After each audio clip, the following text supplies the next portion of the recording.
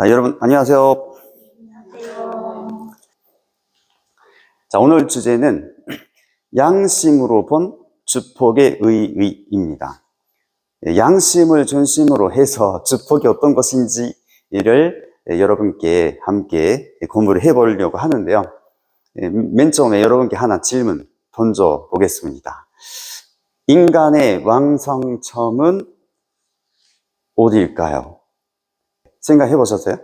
인간이 언제 완성하지? 생각해 봤다? 안 해봤다?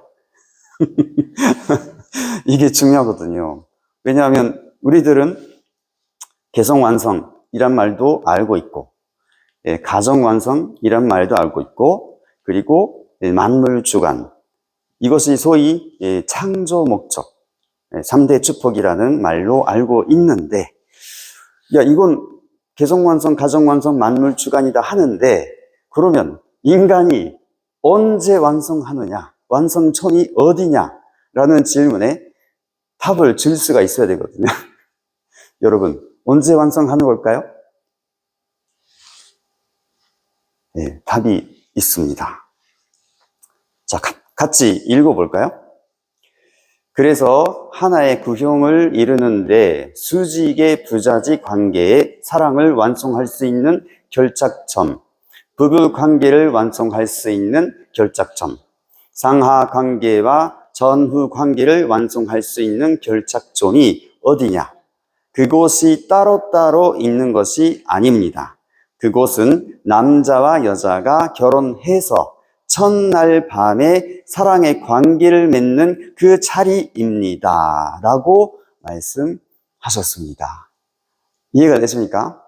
완성점이 어디냐라고 했을 때 답은 이거예요. 이 순간, 첫날 밤. 여러분께서 첫날 밤 지내셨습니까? 지내셨겠죠? 이 첫날 밤에 완성한다는 거예요. 그래서 이 첫날 밤이 얼마나 귀한가 하는 것을 우리는 알고 있어야 되고 자녀들에게도 알려줘야 합니다. 첫날 밤이 얼마나 귀한가. 왜냐? 첫날 밤이 뭐냐 하면 하나님은 안 보입니다. 그렇죠? 그런데 이 하나님이 실제로 나타난 곳이 뭐냐라고 할 때에 아담과 해와 그냥 인간이 아니냐라고 여러분 생각하실 수가 있는데 아담도 해와도 하나님의 실체예요. 하나님의 실체.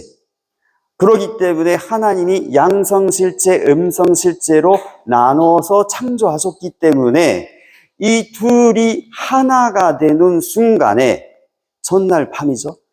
하나가 되는 순간에 무엇이 나타나는지 생각해 보셨습니까? 이 사이에 둘이 하나됨으로 여기에 하나님의 실체가 나타난다는 거예요. 이해가 됐습니까? 이렇게 되면 하나님은 하늘 바라보면서 하나님 이렇게 하는 하나님이 아니라 이 둘이가 바로 하나님의 실체가 된다. 이렇게 원리는 말하고 있는 것입니다. 그러면 이 첫날 밤을 맞이하면서 하나가 된 자리가 어떤 자리냐? 원리관론을 읽어보겠습니다. 자, 아담과 해와가 완성된 부부로서 일체를 이룬 그 자리가 바로 사랑의 주체이신 하나님과 미의 대상인 인간이 일체화하여 창조 목적을 완성한 손의 중심이 되는 자리이다. 여기에서 비로소 부모 되신 하나님은 자녀로 완성된 인간에게 임재하시어 영원히 안식하시게 된다라고 했습니다. 원리강론은 이 자리가 바로 완성된 자리다라고 하는데 구체적으로 선의 중심이다라고 하신 거예요. 뿐만 아니라 이 자리가 어떤 자리냐? 그리고 여기에서 비로소 하나님의 말씀이 실제로 이루어지기 때문에 여기가 바로 진리의 중심이 되어 모든 인간으로 하여금 창조 목적을 지향하도록 이끌어주는 본심의 중심도 되는 것이다 라고 했습니다. 그러니까 이 자리가 바로 선의 중심이고 진리의 중심이고 본심의 중심이다라고 원리는 밝히고 있는 것이죠. 여기까지 이해가 되셨습니까? 자, 정리해볼게요. 그 아담 해와가 사실은 완성해서 이 자리를 잡았으면 좋았을 텐데 아담 해와가 타락했기 때문에 예수님을 고쳐가지고 드디어 참 부모님이 실제로 이 자리를 정확히 만들어주신 거예요. 이게 참 부모님의 가치입니다. 원래 아담 해와가 타락 안 했으면 이 자리에 서서 선의 중심, 진리의 중심, 본심의 중심이 됐었는데 이걸 안 됐기 때문에 지금 현대 이르로 참 부모님이 그 자리에 섰다는 거예요. 그런데 참 부모님은 몇 사람이죠? 네, 그렇죠. 둘이거든요.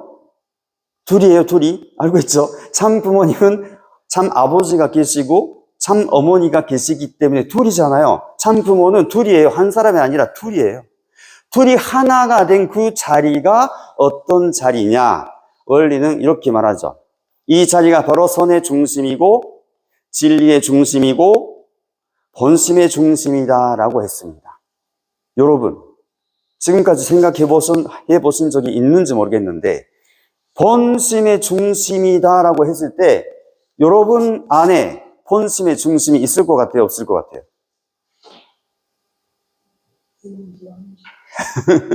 한번 생각해 봐야 돼요. 여기가 본심의 중심이다라고 하는 거거든요. 그러니까 이 말이 무슨 말이냐 하면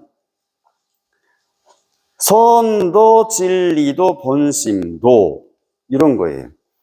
혼자 결정할 수 있는 것이 아니다라는 것입니다. 무슨 말인지 알겠어요? 근데 여러분께서 지금까지 살아오면서 이거는 선이야, 이거는 악이야 라고 말해 오지 않았을까요? 선은 혼자 결정될 수가 없어요. 왜냐하면 둘이 사이에서 하나 된 자리에서 결정되는 것이기 때문에 선도, 진리도, 본심도 혼자 결정할 수가 없다가 답이에요. 그런데 우리의 삶을 되돌아봤을 때 모든 것은 나 중심으로 살아왔다는 거죠. 내가 선이라고 생각하면 선이라 하고 악이다 생각하면 악이라 주장하고 여기 오신 분들 부부 싸움을 한 적이 있죠. 한두 번 전 알았던데 그때는 당신이 잘못했어 라고 했을까 안 했을까요? 많이 했겠죠. 근데 그거는 손이 둘이가 하나가 된 자리에서 결정되는 건데 내가 당신 보고 나쁘다 이렇게 말하는 행동은 좋은 걸까요? 나쁜 걸까요? 그 자체가 악이라는 거예요. 이해가 되세요? 내 기준을 갖고 선이다 악이다 하는 것 자체가 악이라고요. 원리는 그것을 말하고 있는 것입니다. 여러분 생각 좀 바꾸셨나요? 선이든 진리든 본심이든 내 혼자 결정할 수가 없습니다. 이걸 깊이 마음에 새겨주시기 바랍니다. 그래서 아버님이 참 부모님이 어떤 분이냐 하는 것을 아버님의 말씀 읽어보겠습니다. 65갈래로 갈라져 있는 인류를 90도의 수직각도 길로 다시 연결시켜줄 수 있는 참 부모, 참 스승, 참 주인의 길, 즉 양심을 주인으로 모시고 사는 진리의 삶을 직접 실천하고 보여주는 분이 바로 레버런 문입니다 라고 하셨습니다. 그러니까 참 부모님의 삶이 뭐예요? 라고 했을 때 양심을 주인으로 모시고 사는 삶을, 진리의 삶을 직접 보여주신 분이다 라고 하셨고 이 부분에 대해서 90각도의 수직각도로 인도한다 라고 하셨죠. 이곳이 바로 정착의 길입니다.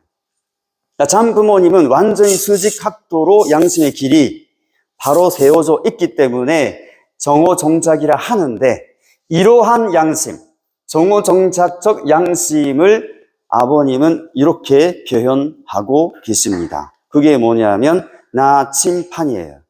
나침판. 본연의 양심은 나침판이거든요. 그러기 때문에 이 나침반대로 양심이 말하는 대로 살아도 문제가 하나도 없는 거예요.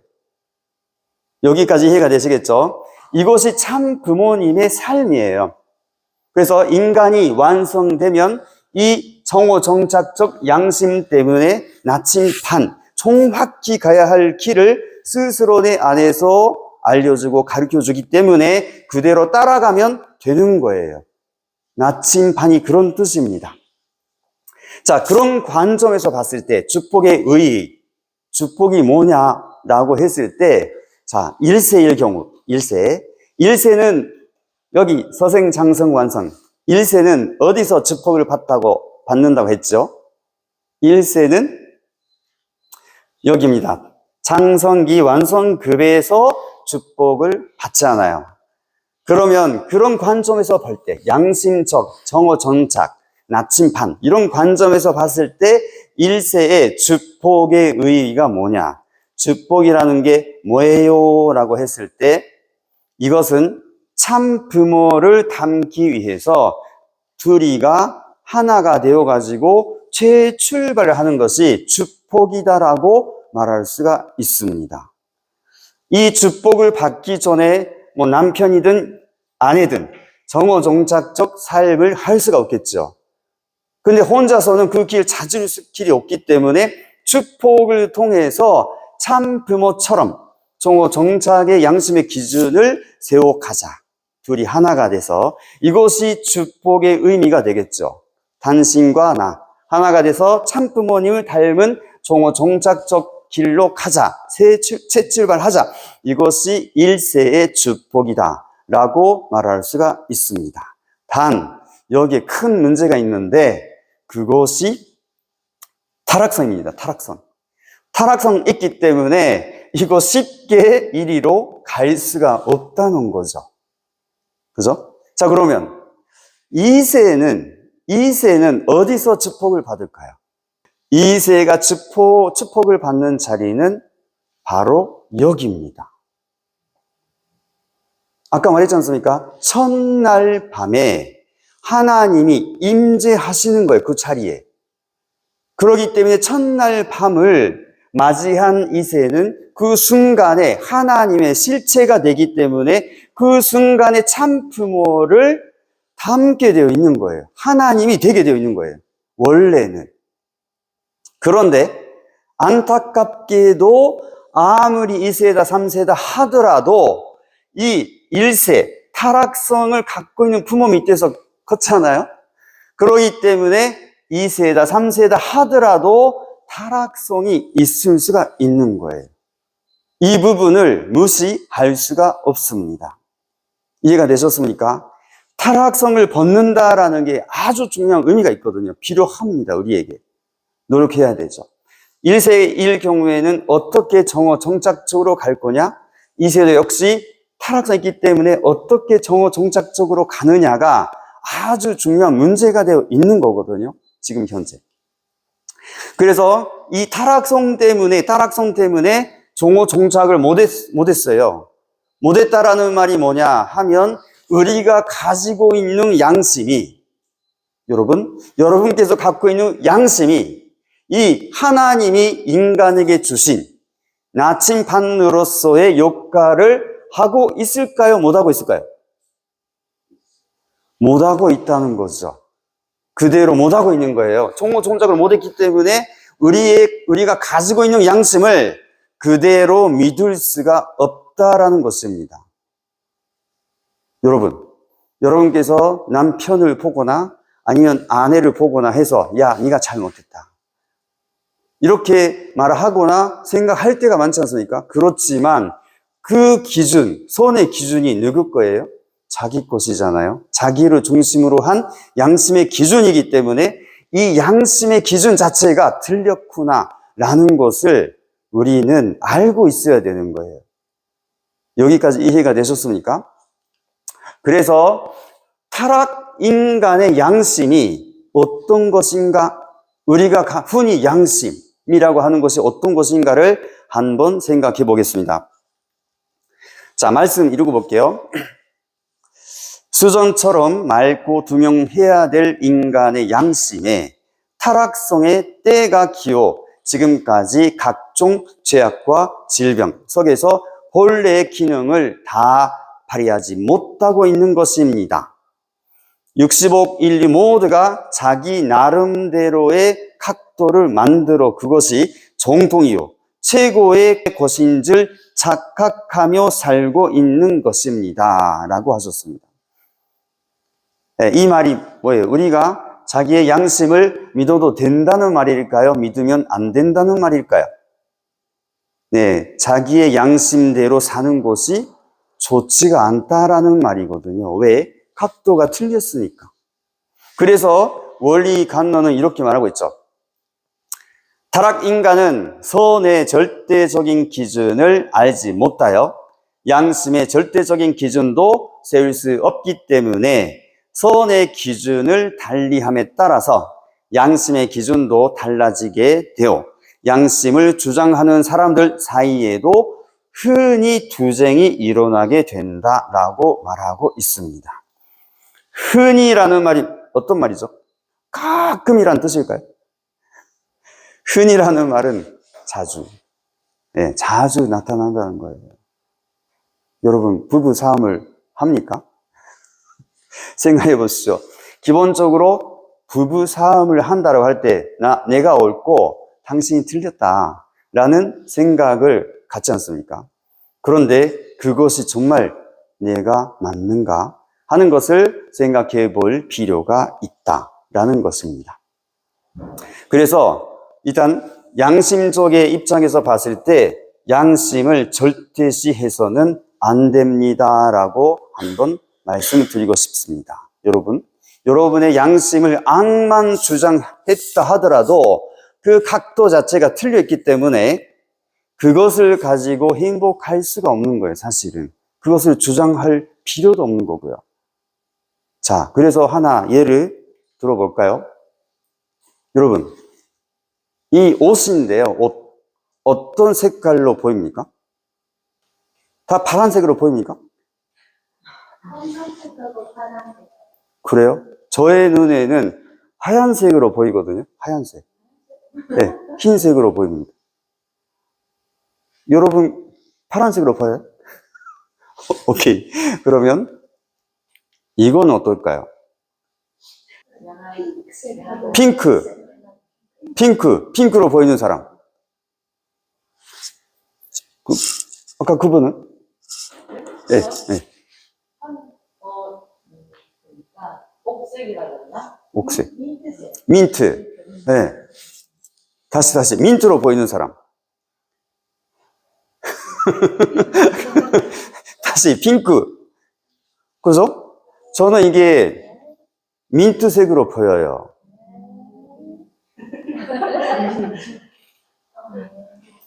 재밌죠? 근데 같은 그림이거든요? 같은 것. 같은 거를 보는데도 불구하고 핑크로 보이는 사람이 있고 민트로 보이는 사람이 있어요. 그럼 내 눈을 절대시 해도 될까요? 안 될까요? 진짜 그렇다니까요. 근데 기본적으로 우리는 내 생각, 내 느낌 절대시 해. 내가 옳아. 그래서 만약에 여기서 이게 핑크냐 민트냐 해가지고 의론했다 합시다. 그러면 여기서 답이 나올까요? 안 나올까요? 안 나와요. 핑크로 보이는 사람은 핑크로 보이고 민트로 보이는 사람은 민트로 보이거든요. 절대로 답이 안 나옵니다. 그래서 제가 하고 싶은 말은 양심을 절대시해서는 안 되겠구나. 이거를 가지고 싸울 수가 있다니까요. 여러분, 이해가 되셨습니까? 그러기 때문에 여기서 하나 마지컬 워드, 마법의 말 여러분께 실천하도록 하겠습니다. 뭐냐 하면 그럴 수 있네요. 그것도 좋아요. 라는 말을 하십시오. 평상시 무조건 남편이 뭐라고 해도 그럴 수 있네요. 그것도 좋아요. 라고 말하도록 해보시기 바라겠습니다. 이해가 되세요? 아까처럼 같은 곳이어도 다르게 보이고 있거든요. 보이는 거예요. 다른 곳을 보고 있습니다. 같은 주제이어도. 그럼에도 불구하고 내가 본 것만 옳다라고 믿으면 나는 옳고 당신은 틀렸어요 라고 하는 수밖에 없거든요. 그럼 여기서 벌어지는 것이 뭐예요? 싸움밖에 없는 거예요. 싸움밖에. 그렇기 때문에 여러분 싸움을 하는 것보다 그로서 있네요라고 해서 비하는 게 좋지 않을까요? 제 생각은 그렇습니다. 그로서 있네요. 그것도 좋아요라고 해서 넘어가는 거예요. 그런데 중요한 것은 그로서 있는데요 라고 해도 될까 안 될까요? 예? 그로서 있는데요 라고 해도 될까 안 될까요? 안 되는 거예요. 그거는 그로서 있네요. 그것도 좋아요로 해야 돼요. 그것도 좋은데요 해버리면 어때요? 그 다음에도 다른 소리가 나오겠다라는 것을 상대가 느껴버린다는 거죠. 그렇기 때문에 그럴 수도 있네요. 그것도 좋아요 라는 말 많이 쓰십시오. 이것은 무슨 말이냐면 상대에 대해서는 수용의 말이에요. 당신을 받아들이겠습니다라는 뜻입니다. 이해가 되세요? 상대를 안 받아들이기 때문에 싸움이 벌어지는 거거든요. 그래서 상대를 일단 수용해야 돼. 받아들여야 돼. 왜? 차이가 있는 것은 어쩔 수 없는 거예요. 차이가 나쁜 것이 아니거든요. 받아들여야 돼, 일단은. 네. 아까 맨 처음에 참부모가 어떻게 말했죠? 둘이 하나가 된 존재가 종착이에요. 이게 기준이거든요. 그래서 둘이 하나가 안 되는데 선인이 악인이 할 자격이 있다 없다? 없는 거예요. 그렇기 때문에 먼저 둘이 하나가 되려는 노력이 필요해. 그러기 위해서 그로서 있네요 라든가 그것도 좋아요 라는 말을 할 필요가 있는 거예요. 그래서 여러분께서 삶을 되돌아보시고 이런 말들을 많이 사용하면 좋을 것 같습니다. 이 말은 상대에 대해서는 수용, 당신을 받아들이겠습니다 라는 말이고 자기 자신에 대해서는 내려놓는 말이에요. 내 생각도 있지만 당신의 말도 받아들이겠습니다 라는 말이거든요. 이렇게 살다 보면 싸움이 많아질까요? 적어질까요? 적어지겠죠. 여러분께서 자기 주장을 해서 싸움을 하는 게 좋을까요? 아니면 그로서 있네요라고 해서 싸움을 안 하는 게 좋을까요? 안 하는 게 좋겠죠, 아무래도. 정말 그래서 이 말들 아주 간단해요. 그로서 있네요. 그것도 좋아요. 네, 끝. 아시겠습니까, 여러분? 이 말을 많이 사용해 주시기 바라겠습니다.